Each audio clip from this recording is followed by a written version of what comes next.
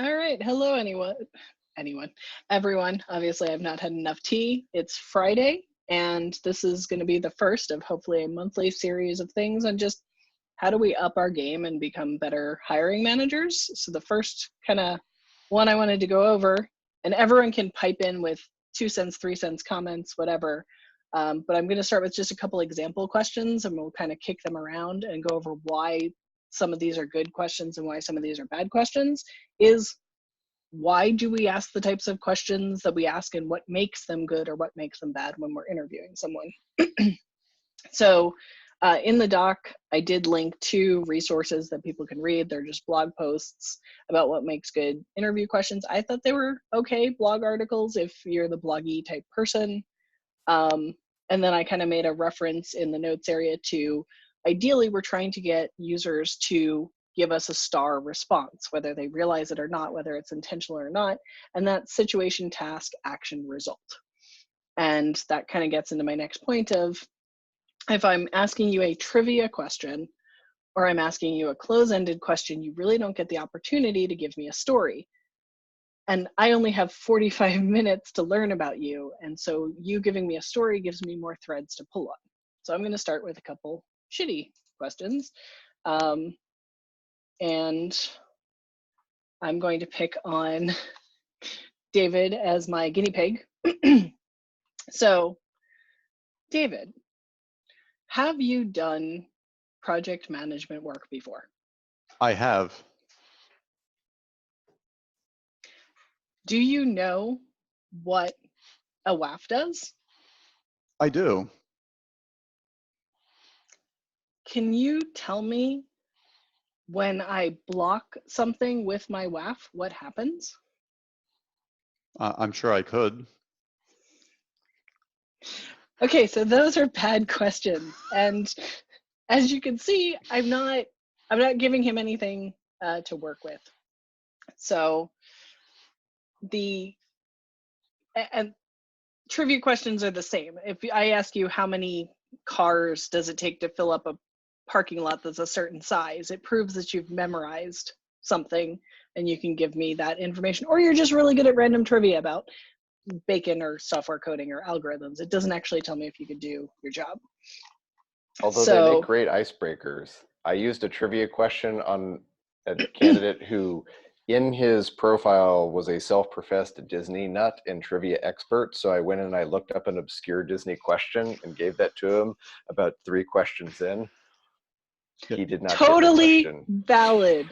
Yeah, I'd say asking questions to make the candidate more comfortable is always encouraged, but we would assume that you didn't spend your entire time quizzing he or she or they about Disney characters. Just the one. Actually, Nicole, before we go too far, to good examples, sure, yeah. Well, maybe you're going to get to this. So one thing that I've kind of found challenging is I have actually been very direct with the candidates that this is going to be a behavioral interview. We use the STAR method. I explain what it stands for, and then I tell them what I'm basically looking for is for you to tell me a specific story. I'm not looking for generalizations, and I'm not looking for what would yous. And I will try to, if I see you kind of wandering off, I will bring you back. Nudge you back, yeah. I would say a good 70 to 80% of the candidates that I've interviewed at this point just don't follow that at all. And people seem to have a really hard time getting into that. Like, I'm going to talk about one very specific thing. So if you're not going to talk about that, we can put it off to later, but I would be curious about strategies. We can jump into that after we do examples of what is a good question.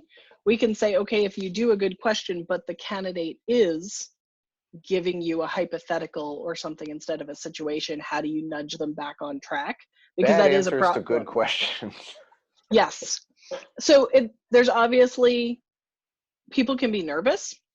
And so even if you're not giving close-ended questions, if I'm nervous, I'm going to answer you really short, because I want to be right. I want you to like me. I want you to hire me. However, with open-ended questions, the person's doing it, they may also still be nervous. So you may need to help nudge them on. And kind of to your point, if you start with an icebreaker or 2, it may may help that, but we can also go over some ideas on how to extract them a little bit more viciously, but for their benefit, right? You know? So I'm gonna go down, and we won't answer these because we don't want to waste time with the answers, but I'm gonna kind of do a couple better questions, and then we can dig into why is that a better question. So this one I actually like, is tell me about a time you missed or almost missed a deadline, and how did you react when you were falling behind, and what did you learn from that experience? And so that question obviously is longer, and it took me longer to say, but I immediately told you, tell me about a time you. So I'm trying to avoid the hypotheticals or the what would yous. And then I asked for, so I almost forced you into the STAR format, or I'm trying to force you into the STAR format. What was the situation? What happened as a result? And what did you learn? So I'm like, I'm nudging you towards STAR in the way that that question's formatted. So, and then I don't know if anyone wants to start with this. If I answered this poorly and I said, well, you know, one time I wasn't able to deliver a release on time, so we just had to push it to the next iteration. And, you know, like the customers were upset, but, you know, the team did better after that. I didn't really give you anything to work with. So what might be good follow-on questions to try and like remind me to dig in a little bit more? Anybody think of any? Yeah, I mean, I would think that you'd want to ask a follow-up question related to, I'm thankful you shared that with me, that you had that experience with the release, but tell me about it where it was actually a project you were working on yourself. You know, maybe something related to a deliverable you had, like a presentation you had to put together, or maybe it was a personal programming project or something that you're directly responsible for. All right, and then I could give, you know, hopefully a better answer. I think another way, Matt, can you give me like vaguely an example of like what they're doing? Are they just shortening their answers? Are they giving you hypotheticals, or? No, I'll actually give you one of the questions that I ask usually pretty early on. A lot of times this is for, it's mostly been for engineering managers. So at GitLab, obviously we're all remote, and that's a unique challenge for a manager. So like my second or third question is typically after I've established that they've worked or what their baseline is for remote teamwork. Tell me about a specific challenge you've had working with or managing remote teams and how you addressed it. What I get a lot of in that question, a lot of others, is people might start out with saying like, oh, you know, when you're working remote, like communication is really key, and it can be, you know, that's the biggest challenge. And then, so I think they're drawing on their past experiences, but they're sort of summing it up. And, you know, my follow-up is usually, okay, that's great. Could you give me, like, pick a specific example or a specific time? And still sometimes people seem to struggle with, it's almost like the basic concept of, I am trying to tell you about a memory that I have and not an aggregate of my experience. And I think what's actually, some people get there eventually. The bigger challenge is in a short interview, and if you're trying to cover a lot of ground, having them sort of misstep every time on the first questions, it just, I don't know, like hard. Like I guess I'm looking for a way to get them to the right place quicker. Maybe there's not a good answer. There isn't a good answer. I think like doing that follow-up of, hey, you know, I'm really interested in one specific instance, you know, what was the most recent one? So sometimes kind of like a writing prompt. Have you ever seen like the writing prompt Twitter bot? No. Okay, so there's a writing prompt Twitter bot that just randomly, like every day, spouts out a weird writing prompt, like, you know, it was a dark and stormy night type Snoopy situation. And so sometimes if you do exactly what you did, ask a follow-on question, but ask the follow-on question, then almost give them something like at this job or in this role, or, maybe within the past month, like, communication issues are really common. Was there one that happened this month? And just giving them that thing to latch on to will sometimes help them, because you're right. Sometimes like you're thinking back, and as you're like thinking up and you're stressed and you're spinning, not having that writing prompt or that speaking prompt, you may just keep spinning. Whereas if you give them something a little more granular, or maybe like with one of your peers or with one of your direct reports, can help get that story out a little bit faster. Yeah, and I would like to add that just from my own experience interviewing at GitLab, I had one interviewer who phrased a question to where I thought he was asking for a hypothetical, and I started down the road of like, how I would deal with that. Once I got to kind of a breath where I just kind of like stopped a little bit, but I wasn't quite done with everything that I was saying. He kind of interjected, not in a rude way, but just kind of oh, sorry, I phrased that wrong. I was looking for a very specific example, something that you've done, that you've gone through, and you can relate to me how you dealt with that, rather than waiting until the end and then trying to rephrase the question. And I think that's something I know I need to work on, is like how to find that where they're taking the gap, to say, 1 second, I think I phrased that poorly, and just catch them quicker. Because to your point, a lot of people will give a long-winded answer. And I know that you had said that you sometimes in the beginning say, hey, we prefer star format responses, and here's what it is. Sometimes if somebody gives me a very long-winded first answer, what I might tell them is, hey, I've got 4 or 5 questions. I try and actually keep it to a small amount of questions, only 1 or 2 per goal, and usually there's like 4 goals or so per interview, at least in my experience, just because people tend to get long-winded. But if they're really long-winded on the first one, I'm like, hey, I've got 4 more questions. So, looking at our time, let's try and make sure. And then this way they almost know that they've got to shorten it to 5 minutes or 4 minutes or whatever for their answer, which helps a little bit sometimes, adding that time pressure. I don't like doing it, but there's some people who after the first answer, you're like, no, I got to put the pressure on them, unfortunately, or they will just wander.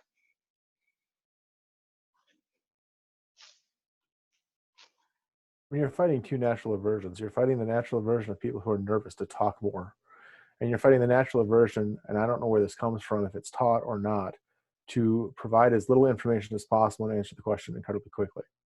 And those are 2 things that you find a lot when you interview people, is they're either of the mentality to tell you as little as possible because they don't want to give away the bad parts of their, I don't know why, it's to say as little as possible, or they just start rambling because they're nervous. And you're trying to walk that line between getting enough information and keeping them from rambling on about things that may be relevant, but aren't really relevant to what you're trying to achieve from the question. Yeah. And then, so like sometimes also telling them, like you said, what I'm trying to achieve, almost the goal, when they start wandering. Sometimes I'm like, and for this particular part, I'm trying to figure out your preferred working style when you interact with a product manager or whatever. And just, if you start seeing them wander, just almost giving them the scenario, because I mean, telling them like, I want to know how you would work with a product manager, how you have worked with a product manager. You're not giving anything away. You're just telling them, no, like, give me your answer within this context. And, and sometimes I specifically say like, hey, I am going to ask you a negative question. And what I want you to do is, because every negative experience has a positive outcome, like tell me what you learned and how you made sure that didn't happen again at your company or didn't happen again in your team. So that gives them the chance to put the silver lining on it. And I think sometimes they feel a little bit better about telling a negative story when you say like, no, everybody's, I've got them, you've got them. And what I want to see is how well that you can recover from and learn from that situation.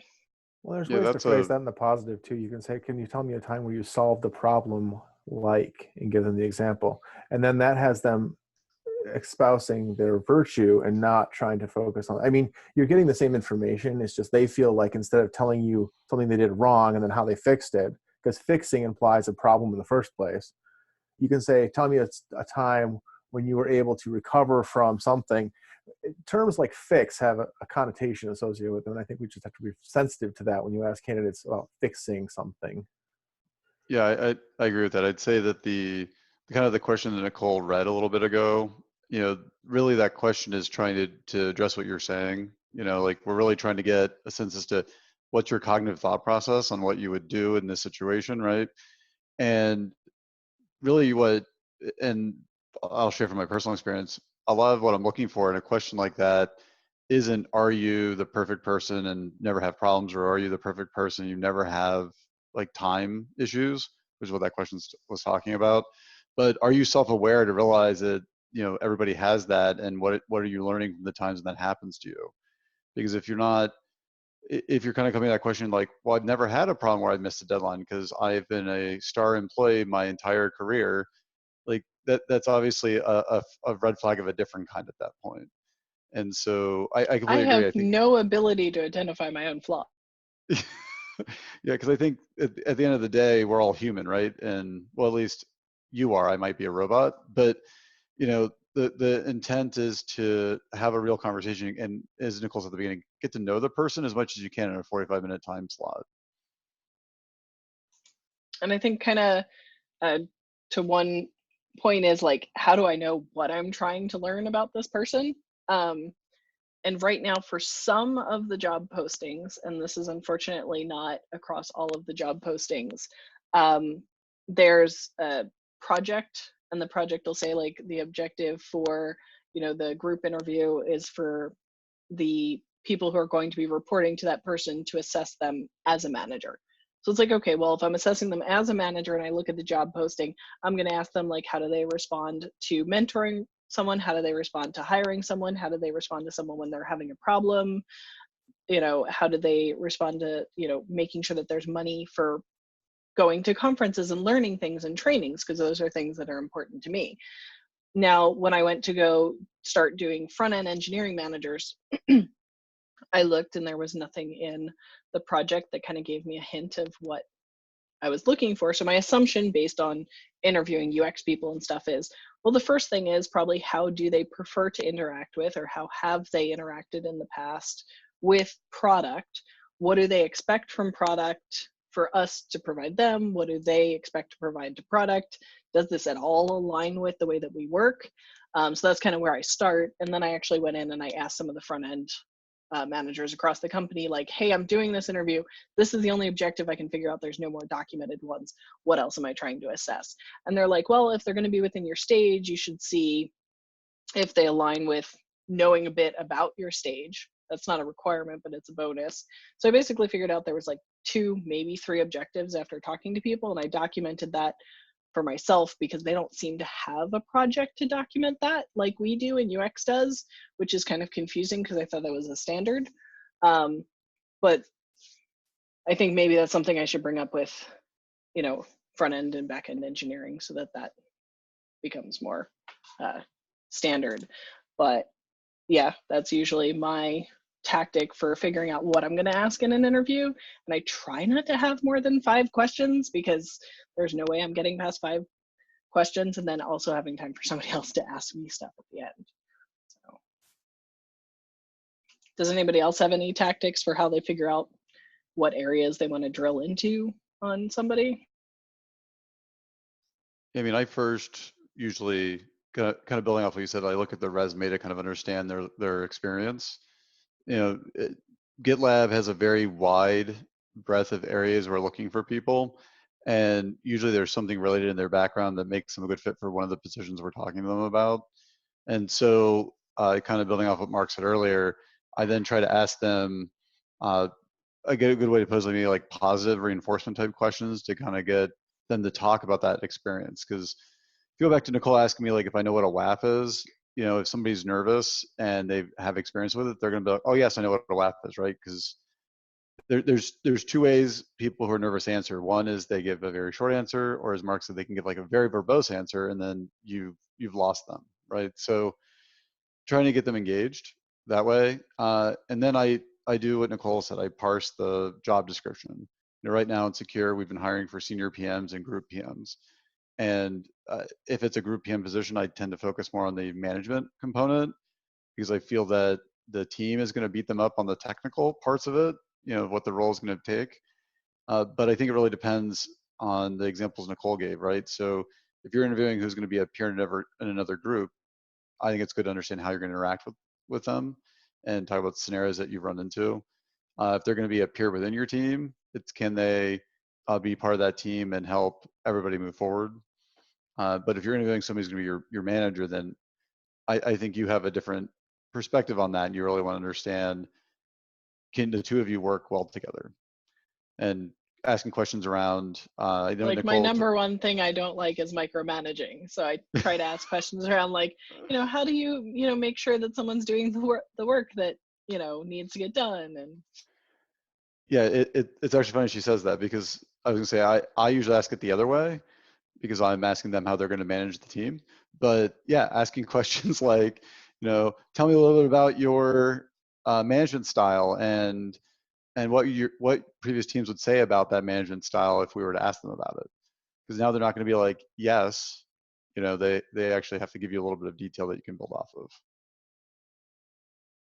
I think actually, Matt, you had a really good point earlier of like the intro question. So I guess part of good question asking gets into how do you start, and then how do you ask, and then how do you end.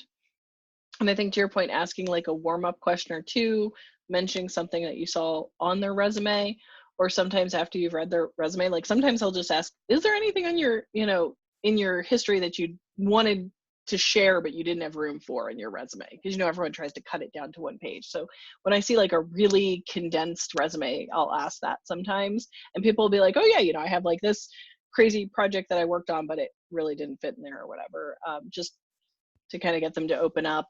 And then I think asking the questions you want to ask, and then at the end, kind of the two things I like doing is saying, you know, what was the one question you wish that I had asked you that I didn't? Because sometimes they like totally were hoping to share some cool thing that they did, and I just didn't ask a question that they could answer with it. Or it, you know, the other one is, of course, do you have any questions for me? Because it's a two-way street. So I always try and leave a bit of room at the end for that. So that's kind of the general format I try and do, because I found that that works for me. So kind of your point, warm them up, tell them exactly what type of answers you're looking for, ask the questions, dig a little bit, you know, in a follow-up. And then at the end, kind of give them a chance to run wild, because maybe you asked a ton of questions and they couldn't get into how awesome this side project they did in their home lab is, because they learned how to detect malware signatures, but everything you asked, like they couldn't fit that in. So you actually highlight something that I think is interesting. It's not really directly relevant to the question of good questions, but or the topic of good questions, but you hit on something that I'm seeing more and more of, and I wasn't sure if it was definitely a pattern, but on average, are you seeing more resumes when they come to you being one page, or trying to condense down? Because I'll be honest, I fail at that. I think my resume is like 5 pages long. That's but called a CV. Yeah. Yes, CV is everything you've done. Resume is the highlights only. it is highlights. It's just 5 pages of awesome highlights. I don't understand how that's confusing. Well, I mean, they generally say resume should be one page front and back. Anything longer is more in the CV format. So people who follow those guidelines are going to give you condensed resumes. That's just, I don't want to say industry. I mean, that's in the last industry I was in, that was very standard. If you got a 17-page resume, you basically just binned it, because, you know, if they can't give you a concise resume, it speaks to a lot of other problems you're going to have in the future. Yeah, I think Mark, I think it was like, I think my resume I submitted to GitLab was like 3 pages, but Yeah. I get your point. I've been seeing a lot of 1 to 2 page ones, Yeah. where not only is it 1 to 2 pages, but they put like this huge border on the left Yeah, the sidebar of like all the stuff. I've seen a ton of Those are the that. most useless things ever. Is the And I'm like, sidebar. That's for the I'm like, apps. A, it comes through black and white for me. So if that was a pretty color or gradient or something, I didn't get it. And then B, you lost a lot of text space to be able to share things with me. Yeah, the being somebody who used to do graphic design work and help people with resumes, I can say that it was a nice fancy trick when people were OCRing resumes and trying to find, hit words, keywords to be like, oh, this person should be interviewed. But I think today it's losing something because that's happening less and less. We're not leveraging that here at GitLab, and we didn't leverage it at my last 2 jobs. But I can tell you, the healthcare company, we did it a lot. So I get why people do it, but the where I was going with the conversation, other than saying I can't be specific because I can't get my resume down to 1 page, was that how do all of you then handle that situation to be able to ask the follow-up questions? Because Mark, you kind of hit on it right. It's very condensed and very specific, but they might not be hitting something that's important that you want to ask about. So how do you determine that to then ask the right open-ended question? I think this goes back, to be fair, I've not interviewed in this capacity at GitLab yet. I've done the technical deep dive stuff. I've not done the open-ended, but I interviewed hundreds of people in my last job. So coming off of that, I think the thing to remember when you're talking to another person is you have to build a rapport and you have to get them to want to talk to you. And I think the easiest way to get them sort of in that mindset as you're asking is, explain to me why you feel this would be an excellent role for you, or explain to me why you feel you could succeed at this role. It gives them the opportunity to then pick out whatever they want from that resume or that's not on the resume and sort of expound on that. And I think that's one of those questions I'd like to end with was, Nicole kind of does it a different way. What's something that wasn't on your resume that we didn't talk about that you wanted to talk about? Conceptually, I think you just need to get them to feel like they have that opportunity to speak. The other thing I always thought, especially when I interviewed at GitLab, is if you don't give me time to ask you questions as somebody being interviewed, if I don't get a chance to ask questions, I don't want to work for you. Because an interview is a two-way street. And people come into interviews, and they should come into interviews saying, you're interviewing the company to see if it's a good fit for you, and the company's trying to see if you're a good fit for them. And if I get hit by an interviewer who's just asking question after question, they go, well, my time's up, thanks, and they go, I'm done, I'm out, because that speaks volumes to how that person's going to be to work with. Yeah, I mean, so to kind of touch on that for a second, I completely agree with that. I think interviewing is, to use our handbook term, a two-way door, right? But it's a two-way street. You need to be able to have that back and forth. And I guess the last that I would leave you all with, and because unfortunately I have to drop off, but when do you allow that time, and how do you make sure that both sides get a fair pass? I'll say personally, I used to do it at the beginning, and then I found if we talk about the issues we've had where people are over verbose in answering, they ask overly verbose questions, and then I find myself with not enough time to go through this, like the star type stuff. I personally been trying to make sure we're done 10 minutes left in the time to give them time to ask questions. Yep. But I'd be curious if you all shared similar approaches or if there was something different. It'd probably be good for everybody. I've been tending to leave it to the end, and I'll actually sacrifice questions.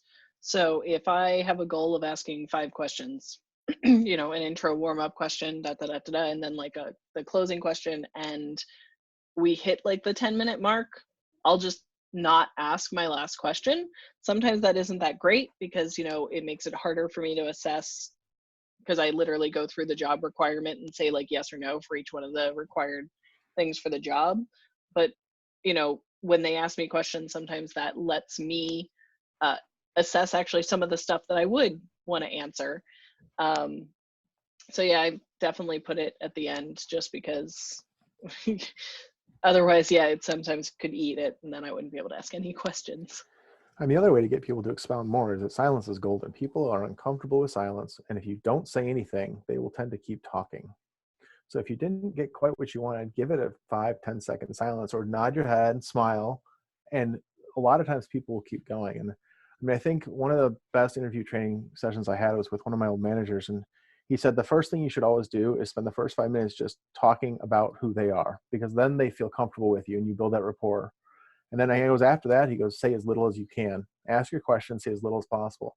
the more you get them to speak and the more silence you put in, the more people will want to fill the silence. And that is the best way for them to feel like you're actively caring about what they say, as well as you get way more information. And then always make sure you allow them to ask questions and be honest with your answers. And I think those three things really make for a very smooth format that leaves both parties feeling like it was successful or more successful. Yeah, no, I agree with that. And to that point, one of my intro questions that I've used in previous companies, I haven't done a solo interview here other than the deep dives, but in previous companies I've opened up with, just asking them to tell me a little bit about themselves. I try to make sure that it's very, like, I'm not telling them to go through their entire resume or anything like that. Just tell me a little bit about yourself. What do you like doing? What do you, is there anything you want to point out about what you were doing in your previous job or anything like that? Just try to get a little bit of that rapport and them being comfortable talking before I really go into my questions. And it sounds dumb, but before you hit the open Zoom window, smile. Yeah. When you come in the line, you're not sitting there looking at your, it's little things like that that make people kind of turn on or off. And if they see that you come on and you're distracted with something, you're not looking at the camera, it's very indicative to them that you don't really have their full attention as somebody being interviewed. Sometimes what I'll do is, because I do take notes during the interview, is I'll say, hey, just I've got two screens. The thing that is up on my other screen is the notes I'm taking for myself. It's not, I promise it's not email or whatever else. So if you see me looking over there, and if it's bothering you, just be like, hey, Nicole, and I'll look back, because I do want to make sure if it's making you uncomfortable, I can look back, but I am going to have to keep taking notes, and so I think a lot of times that makes them feel a little bit better, because I say hey, I close my Slack, I close my email, whatever, just because when you've got the two monitors, you would be looking like that. Well, the other tip is put your notes above your Zoom window, directly above it, so you're not looking down, because if your camera and your notes are right there, now you're looking at the camera and your notes at the same time. It doesn't matter if you see their eyes. They think they're looking at you, but you're actually looking at your notes. So whenever I interviewed here, I always put my resume and all the other things when I was interviewing here right directly below the camera. So when I'm referencing my stuff, I'm actually looking at the camera. When Nicole, I have my monitor as, where I've got my notes, and Mark, I use your trick too. I kind of keep it high so they can kind of see it. And I let them know I'm taking notes at GitLab. This is what we do. We do, online note taking for everything. So if I pause for a few seconds, it's because I'm trying to finish capturing your answer, which is kind of an inadvertent, they get to sit there for a second while I'm kind of typing out. It's because they don't know when I'm done and I'm kind of looking. I want to go back real quick to say, how do you, with people that submit short resumes, I actually don't care about the resume length. What I do in every single case where they list it, and if they don't, I try to go find it, is I look at their LinkedIn profile, and I am looking to see, did they include, basically the same information, and if they have the same jobs, did they talk about them the same way? Because I'm really surprised by the number of people that have clearly tailored that resume that they submitted in a way that makes it look like a very different person to what they've got on LinkedIn, because you don't know who's going to look at it. And so I'll usually bring that up and just kind of ask them hey, I noticed you've got, you may have mentioned this here, you've got some different stuff. I'm kind of curious about the difference, and see what they say. And I think the other thing that I kind of like to do too at the beginning is, when I ask them to talk about themselves, like Derek, to your point, I'm really explicit. I say, I've seen your resume, I've read your LinkedIn profile, I know your work history. Give me you can take 30 seconds to 5 minutes, as long as you want.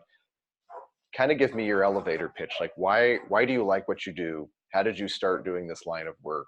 And see where they go. And to me, it's almost kind of a good indicator if the person kind of ignores that and then sits there and goes bullet by bullet through their resume. And I have that happen about 20% of the time. And then sometimes I'll stop them and say, okay, cool. No, I got it. I know all the places. Tell me about you, what makes you tick. And if they go right back to it, it's kind of well, that tells me a lot.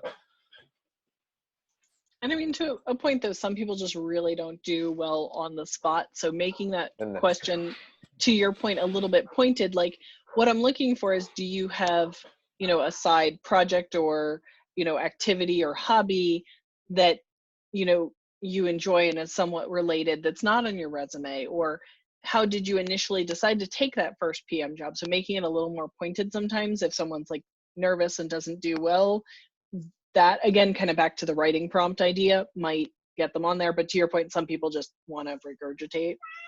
And I think kind of circling back, one thing maybe we should kick around what things we use is how do you do gentle nudges? So I'm probably going to just give a couple of my gentle nudge terms, and I apologize for the meow, meow, meows behind me because apparently she thinks it's dinner time. It's not yet dinner time. But if I find, because there's the two situations. One, somebody's not answering the question that I asked. And I think we kind of went into that earlier. I'm like, I wait for their like pause of the breath and I'm like, hey, sorry. Like literally, I should probably leave off the hey, but I don't know, maybe I'm turning Canadian or something.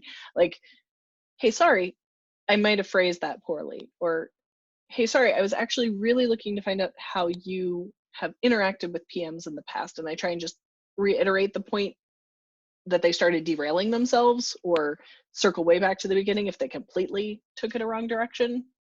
If on the other hand, I'm finding that they're giving me a generic, that's when I interrupt with but in the past month, was there, a particular instance? Or, what about your direct reports? Was there an incident you had recently with one of them or with your manager? And I try and like interject the writing prompt into their generic.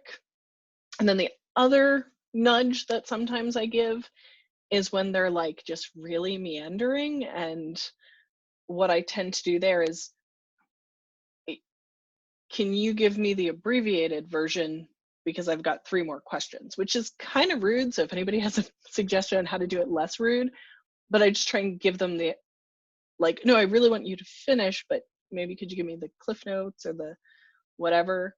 And then the only other prompt that sometimes I'll use is if they're answering a technical question, because you have to ask technical questions and those are not as open-ended, is sometimes I'll be like, hey, have you heard of Reddit explain like I'm 5?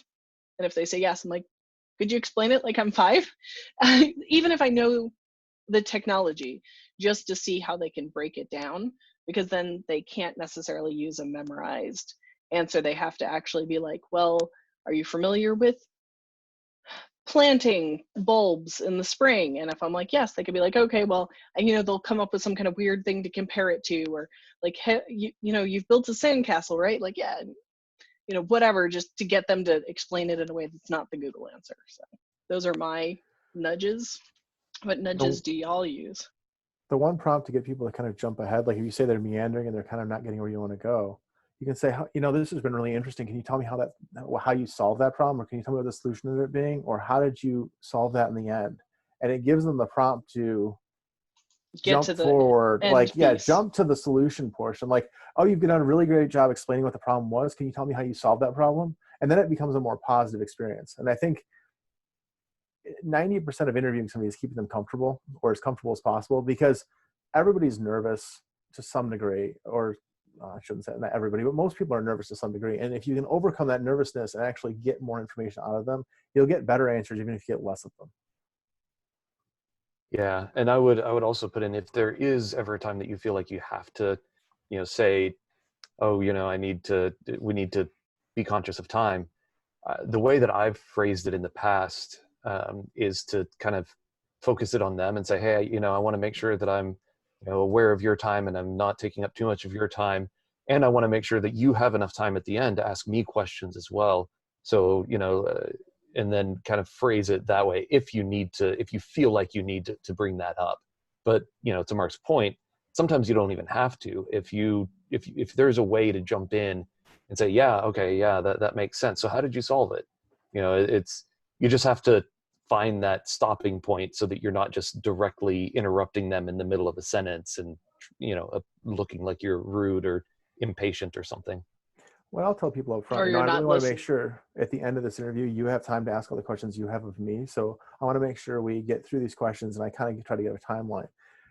Phrasing it that way does 2 things. It tells them you expect them to ask questions, which we kind of do because we want to see what they ask. And it also tells them you value that their questions have meaning to them. Like, we know how important these questions are for you to get out, and I don't want to take away that opportunity. So, I want to make sure we leave enough time at the end for you to ask all those questions I'm sure you must have of me at this point in your interview process. Seems to work really well.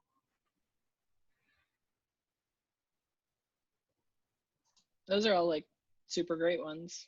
Any other tips and tricks to make things wander the direction you want to get them to wander?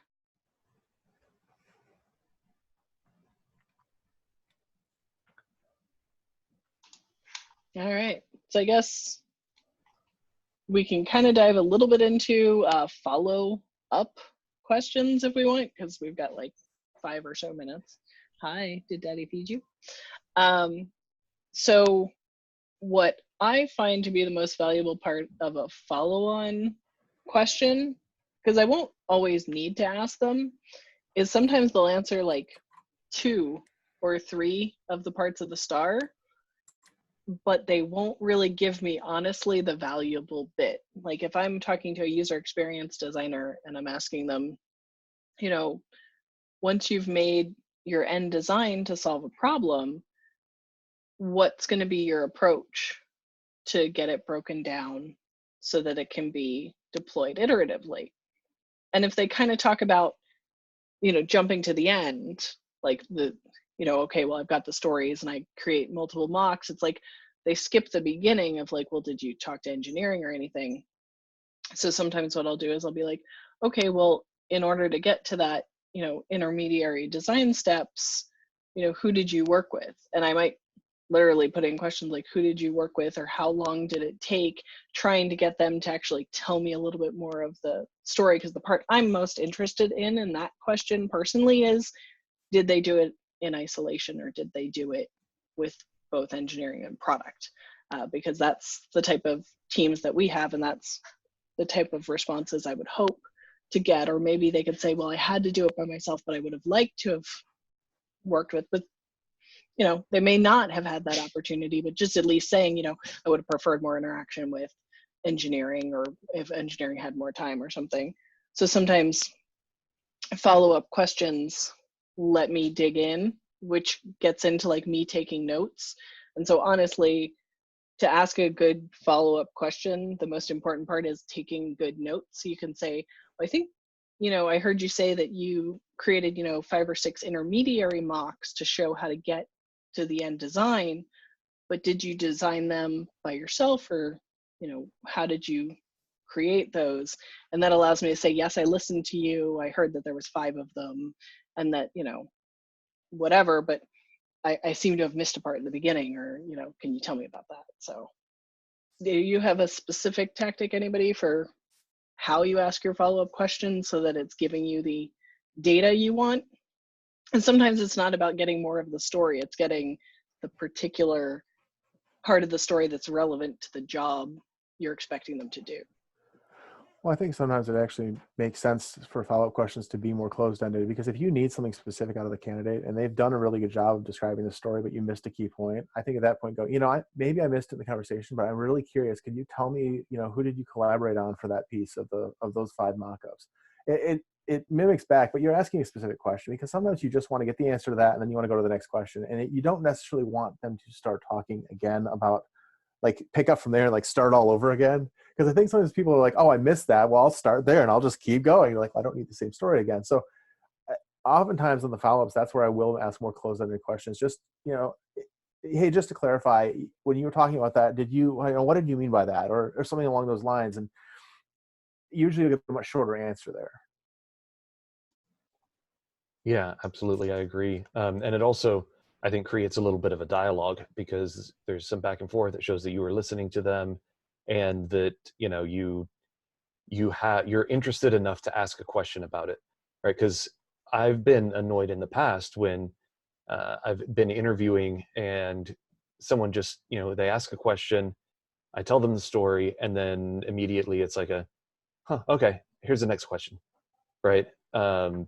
Sometimes that's necessary, but asking a follow-up question, sometimes maybe you didn't miss anything in there, but you just kind of want to kind of get them, to talk about maybe a little bit more about their process or something. And I feel like asking those closed-ended questions to kind of create that back and forth and dialogue can help, one, put them at ease, but two, it does provide you more of their personality and how they deal with that back and forth. I think also giving feedback as you go is really important. To your point, nobody likes to have spent 5 minutes outlining this and trying to explain the situation. You asked somebody go, okay, well, and then moving on. I mean, right, yeah, whatever. So being like, wow, that was really interesting. I really liked how you discussed this, and then say, my next question, then you can move on from there. But at least you're giving them the feedback of, I don't have anything more. It's not like, yeah, I don't really want to continue with this, so I'm just going to ask the next question and kind of move on my way. Because you can kind of get that feeling from some people. Yep. When you're interviewing. To your point, literally saying oh, thanks, you really covered everything I wanted to know about that situation. Yeah. Or I don't think I have anything more on that topic. Do you mind if we switch to the next, question? Yeah, I actually like to let people know when I'm going to kind of jump to a different area. At this point, I think most of the candidates that I've interviewed have been engineering managers.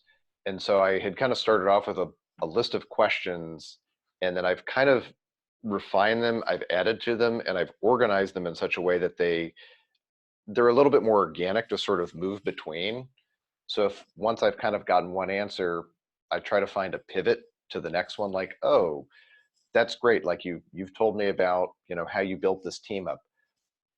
I'm curious how you're, if you're doing any form of agile, could you, and then we'll go into those questions. And then, I think the closed-ended thing too, I like to make sure that I've understood it as well. The active listening technique, where I'll repeat back to them, I think I heard you say in this situation, could you basically put a point on it? Because there are certain questions, I agree, like if I'm trying to figure out, let's say, how they've managed a performance issue on an engineering team, and they don't sort of end with, well, what happened to the person? Did you bring them back into the team, or did you have to, unfortunately manage out? Sometimes it's best to just be direct about that. But I think just kind of letting people know where you're going and, what you're kind of moving on to kind of tends and to. I think to your point, sometimes having 2 or 3 questions for a specific, I might have 3 areas I want to ask questions on for a front-end manager, but I might have 2 or 3 questions in each one of those buckets. Because to your point, the first question may say, well, the second question, I should really ask this one because that's the best lead in, and then I skip the other 2. So for some of the positions, I've got, 2 or 3 questions that I'm like, okay, these have worked really well. Depending how they answer the first one, I can pick the second one, which tells me about their experience hiring or whatever. Yeah. And speaking of time, we're running out. So Derek, I'll let you make closing points, and then we will run away. Yeah, I was just going to say that that's the exact same thing that I do. I have a set of questions that I don't expect to answer all of them. I just want to get through a certain amount of them in certain categories, and that's where a little bit of a different subject, but the panel interviews that we do, like Nicole, you and I did one, and I found it very easy to just kind of have that set of questions, and that way, wherever whatever the other person asks, I can either ask something that's similar, or kind of going off of what their answer is, I can go on to the next point, and there's kind of a natural segue between them all if I have more questions in my data bank than what I'm going to actually ask. Awesome. Well, thanks everybody for rubber ducking stuff. I will go ahead and listen to this, and if there's nothing that can't be posted, I'll stick it in unfiltered and share it with all the other PMs, and I will share out when the next one's going to be next month, and we can vote on what we want to rubber duck around. Thanks all. All right, thanks. Bye.